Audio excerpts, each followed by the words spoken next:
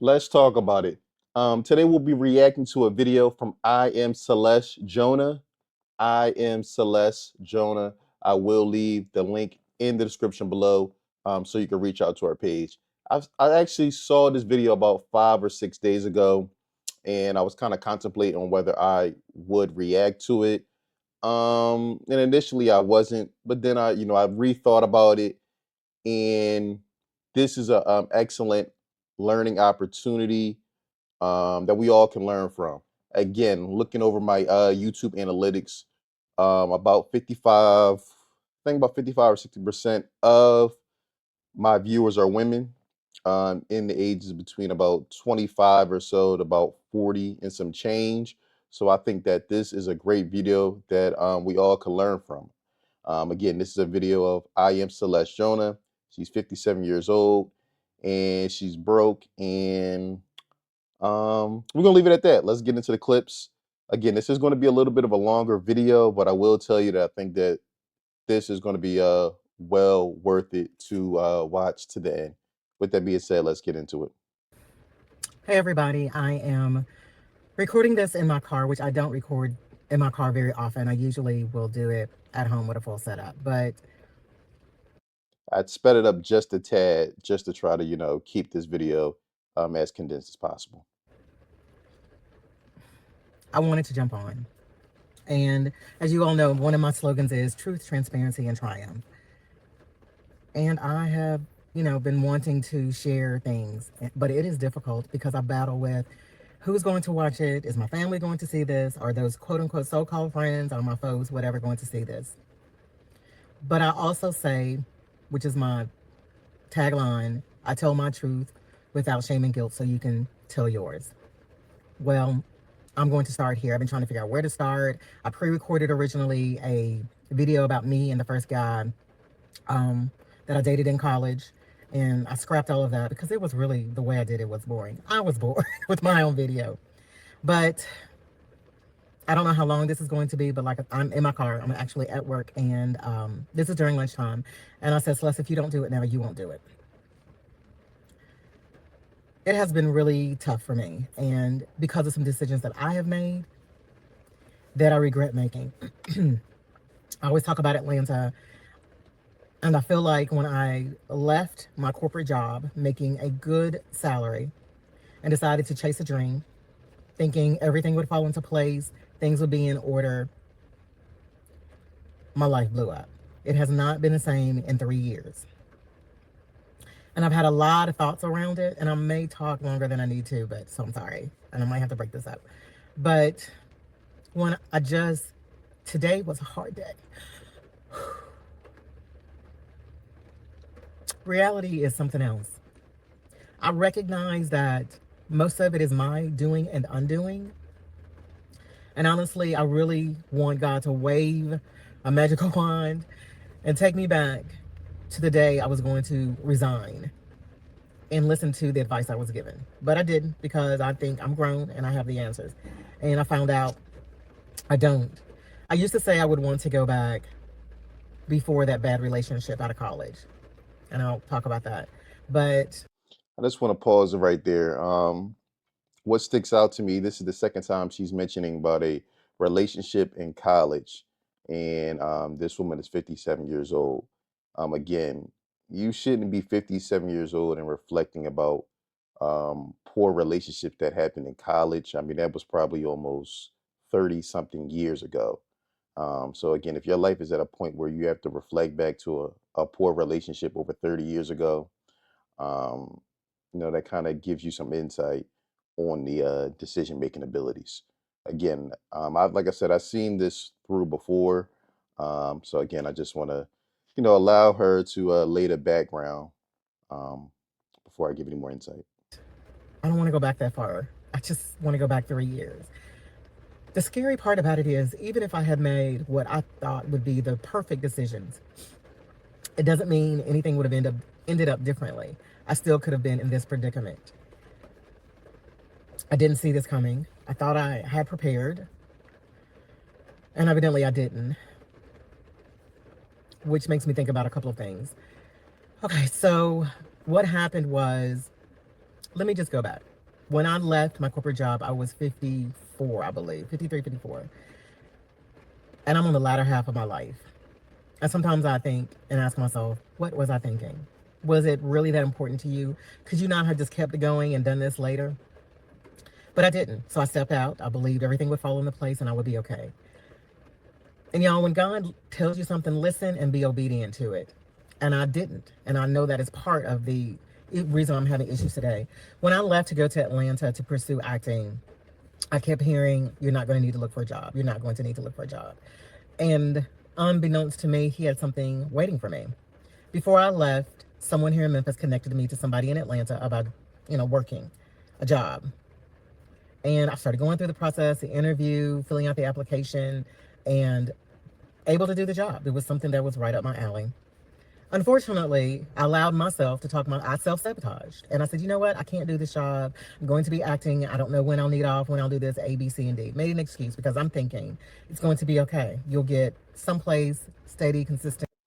Let's pause it right here. You're going to see throughout this video, there is a recurring theme of her self-sabotage, um, her lack of emotional intelligence, and doing things based off of her believing that this was God telling her to do things, and not being able to determine that this was actually God speaking to her or her own paranoia. Again, she tells you she's 54 years old. She had a good corporate career, making decent money, and she decided to leave all this behind to leave and go to Atlanta to pursue being an actress. Yes, 54 years old, on the ladder, when you're on the back end of your life. She decided to leave her corporate job to go to Atlanta to become or to seek becoming an actress. She even had no job lined up, just was going to go off the spur of the moment, a whim to chase a dream at 54. Already a terrible idea from the very beginning, and this you can already see that this was going to be just the beginning of her spiraling down. Again, you don't leave a corporate job at 54, again, unless you're just financially secure, to go chase a acting career. We all know that acting career, people have been trying to break into the becoming actors and actresses for 10, 15 years before they get their big break. So to think that you were going to move down here at 54 and just somehow magically make a way was absolutely, delusional. I mean, if we're being honest. Um, and then despite all that, she was able to make a connection, and someone was able to get her a job in Atlanta. And despite saying, okay, look, I'm gonna take this job in Atlanta, I can do the acting, part time, or maybe after I get off of work or on the weekends. Um, she decided to decline that corporate job in Atlanta because she thought that it would interfere with her going on auditions for an acting career. So let's continue. You'll be able to take off when you need to and so forth. Because I'm thinking, I don't want to interrupt or get anybody else in trouble. If I had been a little bit more wise and I guess maybe selfish, I would have taken the job without question. Again, this blows my mind. 54, you know that your finances were not set up to become a full-time actress, but despite that all, you still decline this job, not thinking about you're going to need money. You're going to need a place to live. You're going to need food, transportation. It's insane to think that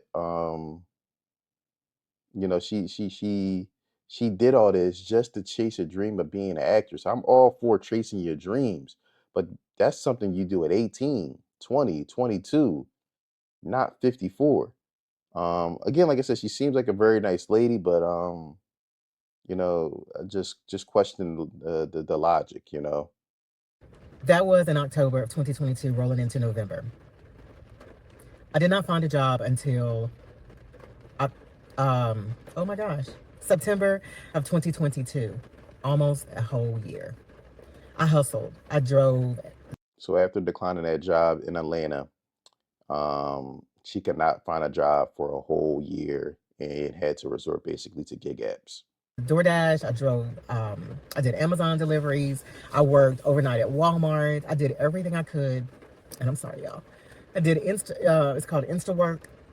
Everything I could, and then I also ended up withdrawing my pension and my retirement because I just didn't have enough money. And this is not how I expected things to go. I really didn't. Again, so I'm sorry to keep pausing it, but we're getting to the meat and potatoes now. She said she had to access her pension earlier because she did not have any funds.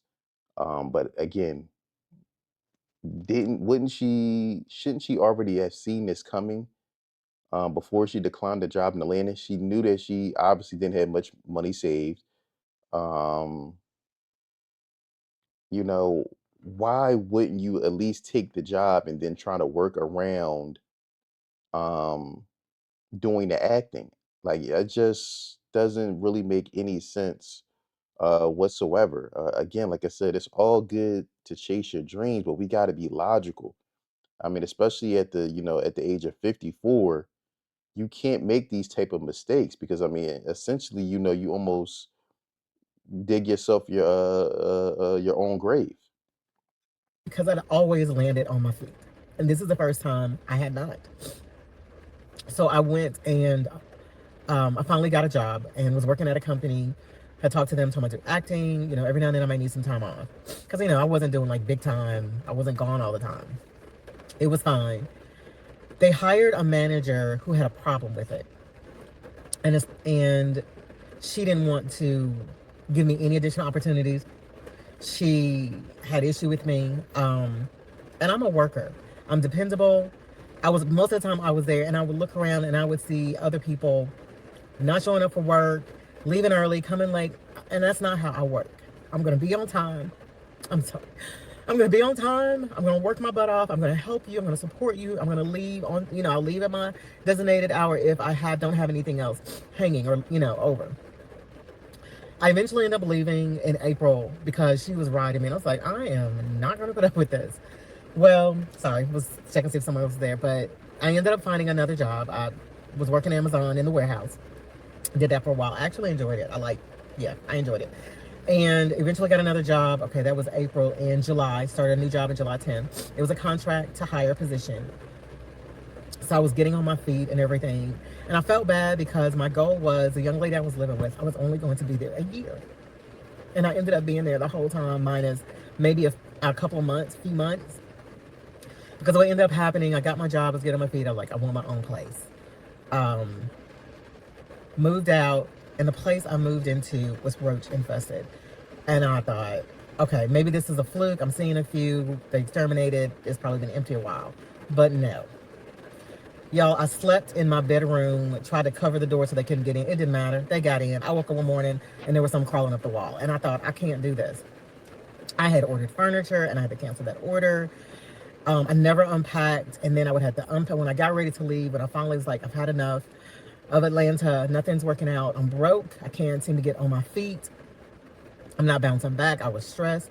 I thought, I'm going home, and I had been talking to my sister and everything. And I hate it because So essentially, in about less than 2 years or so, this whole moving to Atlanta to be an actor, I mean, to be an actress, she's scrapping it and is going to move back home because things are not working out financially. She's struggling. Again, like I said, she's in between jobs. She's doing gig work. She's doing Amazon. She's working overnight at Walmart. Again, like I said, this all could have been avoided if probably she just would have took that initial corporate job that someone set her up with before she even got to Atlanta. But she thought having a flexible and open schedule to be an actress was more important. Again, like I said, she didn't even need to move to Atlanta to do this whole acting thing. I'm sure in every state, city in America, they had some type of local theater, local acting clubs that she could have did on the weekend, or after her 9 to 5, to satisfy her acting taste. Again, like I said, the reason why I ultimately decided to do a reaction to this video, as this is like a cautionary tale to, younger people. You can't be out here making impulsive and emotional decisions, especially at the age of 54, trying to chase a dream. You have to be sensible, you have to be realistic. And it's nothing wrong with, believing in God. I'm a believer myself. But you really have to be real, and like I said, not try to confuse God's voice with your own paranoia. I felt like I quit too soon and I gave up, but I did not. I felt as if I didn't have a choice. So I talked to my employer and she said I could work remote if I committed for 2 years. Y'all, when you get ready to make a major decision, talk to God first. Because you can talk to people and they will talk you out of what you ask God for. Because I asked God specifically if I could have a job, I could work remote, I could stay with this company, and I could move back to Memphis. Well, in my ear, and then even me, so I can't blame it on them because it was my final decision. I decided not to work remote. I regretted that because I'm thinking I'll go back to my old company. That did not happen, and I'm still not there. I've been back since August of 2024, and it is, what month is this? This is February of 2025. I applied for several positions, and I have enough rejection emails from them. If I printed them out, I could wallpaper at least one wall. I am not going back. I don't know what's on my file, but they are not hiring me back. Period. So Let's pause it there again. You can see how this is setting up another poor decision by her, especially when it comes to these jobs. First, the first poor decision was moving to Atlanta to be an actress, but then she was able to network with someone and they able to set her up with a job in Atlanta. She declined that. So now she's been in Atlanta about 2 years. She's struggling. The acting thing is not going the way she thought. So now she wants to move back home. So I guess the current job that she had, they offered her a work from home position. Keep in mind, she says she's been asking and praying to God for a work from home position this whole time. And she's presented with the work from home position as long as she um, agrees to stay with the company for 2 years. She says that someone got into her ear. I mean, this is just my conjecture. Sound like this might have been a boyfriend or a gentleman she may have been dealing with who, maybe wasn't giving her sound advice or could have been trying to sabotage her. But ultimately, she chose not to take the work from home position. And again, things continue to spiral down. See, and this is one thing about a lot of times you hear a lot of times a lot you hear this a lot of times people saying that are really religious, always talking about God's going to take care of me. I'm obedient to God. I'm faithful to God. It kind of reminds me of a story. I'm just going to give quick story, and it's real relatable to what this woman is going through. Um, so essentially, you have a gentleman who was shipwrecked out at ocean. He was shipwrecked, and he was left stranded in a small little. I guess we could just call it like a raft. One of them little the emergency rafts. So you have a guy stranded in the middle of the ocean. Um, on this raft, and he's out at sea for a couple days, and a boat comes by and asks the gentleman, hey, do you need any help? um, he declines to help. Keep in mind that this guy, is very very religious, very obedient to God's will, so he believes that God is going to take care of him. Again, the boat comes by, asks him for help. He declines it. He says, no, my God to take care of me. A few more days later, a cruise ship comes by, same thing, ask him, hey, do you want to lift to the shore? The guy declines. He says, my God is going to take care of me. A few more days pass by as well. A helicopter comes over, drops the letter down, says, hey, I can give you, fly you to shore. He declines. He says, my God is going to take care of me. Few more later pass by, and a gentleman winds up dying. He gets to heaven and says, God, I've been faithful. I've been obedient to you. why didn't you save me? And then he tells the man, I sent you a boat. I sent you a cruise ship. I sent you a helicopter. And this, and this story definitely relates to this woman. She made the impulsive decision to move, to leave her corporate job to go to Atlanta, and she was able to network with somebody who found her a good job down there. She declined it. She was working there, she was struggling, things weren't going well. She said she prayed from a work from home job. She got the work from home job, or she was offered the work from home job as long as she made a 2-year commitment. She declined it. You see the pattern I'm going through here. A lot of times people say, God this and God that, when the whole time she was offered opportunities and lifelines, but she refused it. But she refused it. And then these same people will get upset at God and oh this and oh that, when really the whole time it was just your poor decision making, you not being in control of your emotions, that really set you up to be in this conundrum. I've had to live with that. Before I left, my boss told me, don't leave. But I left anyway. Much regret. But here I am, February, and I realized, oh, I'm sorry, back in August, moved in with someone, and it was not the ideal situation. I had conversations with this person before, and I should have gone with what I knew. In the beginning, the person didn't want me to move in, and I should not have. Eventually, she opened up her doors to me, and it wasn't horrible, but there were challenges. Um, and there are other things I won't discuss, but there were challenges. But she allowed me. We set our rent. She was very kind about it and everything because I was still looking for a job. So I just tried to make sure I could give her, what we agreed upon every month. And I did. I got here. I door dashed. I did anything I could. Mostly was DoorDash to make money so I could try to keep up with my bills.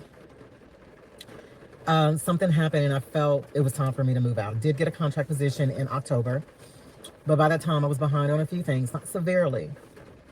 Moved out, got my own place, and I am happy about having my own place because ain't nothing like going home and it's quiet. Run through your house, however you want to. So, um, decorate how you want to, move things around like you want to. You know what I'm saying? Moved in, just felt that, applied for the apartment, applied, moved in. There's a good apartment complex. The rent is not ridiculous. It's decent in my opinion. Still on a contract position, trying to make ends meet. They are waving at each other. Every now and then they shake hands. And I don't know what happened in the last 30 days. And it just seemed like it's as if the bottom is falling out. And I go through this, God, I've done everything I believe you've asked me to do. I do need to have a little bit more joy behind it.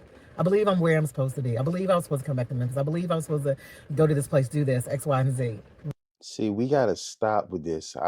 We gotta stop with this trying to put things on God and try to make it seem like this struggle was God's plan for you. No, no, no, no. It was your poor decision making. Again, like I said, this seems like a very nice woman, but the decision making, especially for, 54, 50 something year old woman, is just not there at all. Um, this is nothing to do with God, you know? And like I said, I believe in God, but this is just a series of poor decision after poor decision, impulsive decision making, doing things that you should have never done in the first place. And now it's a snowball effect is what's happening. This has nothing to do with God. This all has to do with your poor decision making. Again, I would be interested in hearing more about her background as far as her childhood or upbringing, to see if that has something to do with the way she thinks and processes. Why am I struggling? Where is the support? And I keep thinking back. He set everything up, and I feel like I spit in his face, and I'm being punished. But I know that's not how God works. You're not being punished, and God didn't set this up, and you made poor decisions after poor decision. And again, like I said, just like the story, I told, he threw multiple lifelines. He threw her job after job, and for whatever reason, She thought it was a good reason not to take these jobs, and I just don't understand. She knew her finances were in order, so why not take a guaranteed job, a steady paycheck, and then work around the job to do the acting instead of now having to do all these gig apps and work overnight at Walmart, all for an acting career where we know most these even these actors that are you see on TV and you and are celebrities, a lot of them come out later on and and say they're broke. They don't have no money. Again, like I said, this is the type of thinking that you expect to hear from a 17-year-old, an 18-year-old, 20-year-old, 22-year-old, not a 54-year-old. These are the repercussions of my own actions. And I'm not angry at him, but I am angry with myself. And it's been tough. I have one person who I tell everything to. And I know somebody watching this thinks it's them, but it's not. Sorry, I almost went somewhere. Because I realized you cannot share with people even if they're considered a friend. I just got to a point where I was tired of being stuff thrown back in my face, no support. Sometimes I just need people to listen and let me just have my moment and not criticize me for it. But I'm gonna leave that over there. Right over. Okay, so What she's really saying there is she doesn't want to be held accountable for a poor decision making. but I have someone I consider her sister, a really good friend that I can talk to, I can call, she'll pray with me. She understands the spiritual things I'm going through, as well as the physical and the financial. And I don't feel horrible when I get off the phone, where with so many other people, I feel like crap. I am hard enough on myself. And it's difficult because I think back to who I am. I went to school on an to college on an academic scholarship. I graduated with honors. I'm talented, I'm smart, I have a great work ethic. And it's just been hard because I'm not making the money I was making. But God knows I am so grateful to be working. And I've just panicked because I'm trying not to resort to any of my old ways. I don't want to borrow any money. Because of course my credit has tanked my life to come back together. And it's hard. And I think, oh my gosh, I am 7 years on the other side of 50. And waiting for this to work out is hard. And I don't know what I'm going to do. She kind of laughed at me because I said, you know what? I'm at the point where I want to give away what I can give away, put all my stuff in storage, and live in my car. I don't want to do that. Please, God, that is not what I want. I don't want to do that. But that's what I feel because I feel like that's the only way I'm going to catch up and get back on track. This is hard. This is harder than I thought it would be. And it's the first time in my life I have felt like I don't have an out, that I'm stuck and I can't move. And that is suffocating. And it makes me, in this wide open space, claustrophobic, life claustrophobic, and it's difficult. I love my job. I mean, it's not anything to write home about, but it's peaceful here. I get along with, I'm sorry, I get along with the people. My manager here is great. I cannot complain. Everything that has happened are the repercussions of my actions because I chose to chase a dream and I feel like I did it the wrong way. So here I am. I'm sitting in my car at work and I said, record the video. Somebody I watch and used to follow, I don't follow anymore. I won't call their person's name, but they were a financial guru, said something. Basically, if you don't, if you haven't, I guess if you haven't accomplished or gained or whatever, you shouldn't be on YouTube. You shouldn't be talking about your life. You need to basically saying you need to wait until, you're all set and you're good and you can go back and talk about how you made it. Y'all, I'm in it. And I'm going to record while I'm in it. And this is hard because this is embarrassing. This is not how I thought my life would be. But there are so many other things. Again, reoccurring theme. She keeps saying that this is how she didn't think her life would turn out like this, but I mean, it was very obvious from those, decisions that she made that it probably wasn't going to end up um, being too well. Again, like I said, this woman does seem like a very nice lady, very wholesome, very nice.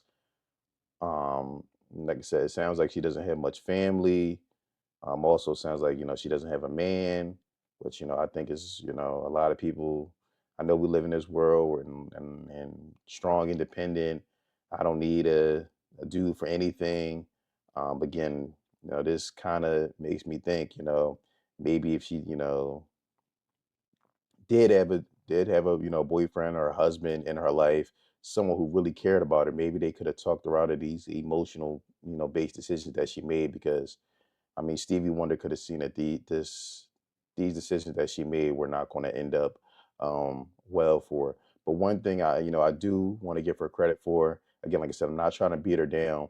Really trying to use this video as a more of um, a teaching moment. So other people can look at this and see you can't move off of emotions when you're talking about making decisions for your life.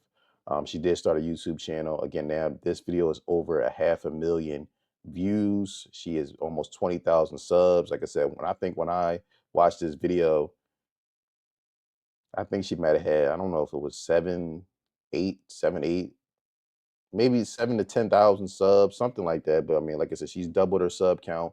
She's definitely fully monetized now. And again, like I said, she's probably going to get a nice check come not this month, but at the end of March. So again, she should be able to get a little jump start, get back on track. Again, like I said, she's getting a lot of support in the comment section. I don't know. I even respect, a lot of people were asking for the Cash App, the PayPal, and she was like, I'm not sure if I want to go that route. So again, like I said, um, she's definitely a fighter. She's definitely strong-willed. I think that's kind of a plus and a minus at the same time. But again, like I said, this does seem like a good woman. Just made a lot of impulsive and emotional decisions, especially later in her life, that ultimately caused her to struggle. We're gonna play about 2 or 3 more minutes here, and then I'm gonna wrap this thing up. I know I have to be grateful for. I'm not, I don't have any, I guess, crazy, I'm not homeless. Um, I'm not, I'm not homeless. I still have my car, but I'm just tired of um, robbing Peter and Paul to pay Andrew, who now wants his money. I know it's crazy the way I say those things, but I'm tired. I don't want to borrow. I don't want to ask my family for help. Not that they would. I mean, not that they would have an issue with it, but I'm too old.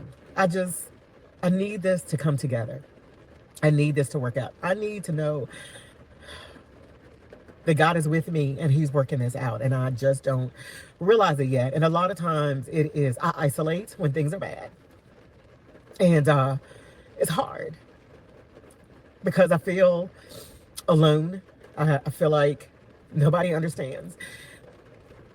And when I think about my own situation, I think about people who have children who are trying to make it and they're doing the best they can. I don't know how people do it. And they make less than I do. I'm sorry. They make less than I do. I'm so sorry, y'all. I need a napkin. I'm so sorry. They make less than I do, and they make it. I'm not on any assistance. I can't have any assistance. It's just me. And as far as the government is concerned, I do not have a poverty level. I'm not at a poverty level. But I got on to record this because if I don't, I would not have the courage to do it later. I'm going to try to get on tomorrow. I've got another series I'm doing called No Eating Out. And part of the reason of no eating out was I realized how much money I was wasting. So I am doing and making steps to get my life back in order. Again, make sure we go follow her. I am Celeste Jonah. I will leave the link in the description to her YouTube channel. Again, like I said, this is just a cautionary tale as far as decision making goes. Um, we have to, especially as a people, we have to stop being so emotional when it comes to decision making. And, and it's nothing wrong with being a believer in God, being faithful. But again, we can't allow that to override common sense. We can't allow that to override common sense and then, turn around and be frustrated and think that God is somehow punishing us. That's not it. Again, we all have free will. And a lot of times when you look back at these situations, it's people's poor decisions that they made in life. Again, a lot of times there's going to be like three big things in life that's going to make or break you. What you decide to do for a living, um, who you choose for your mate, whether they either boyfriend, girlfriend, husband or wife, and ultimately being consistent and disciplined. Again, if you stray from those three things, life is going to be very tough for you. But let me know what you think in the comments below. I look forward to hearing from you. Don't forget to like, subscribe, and share.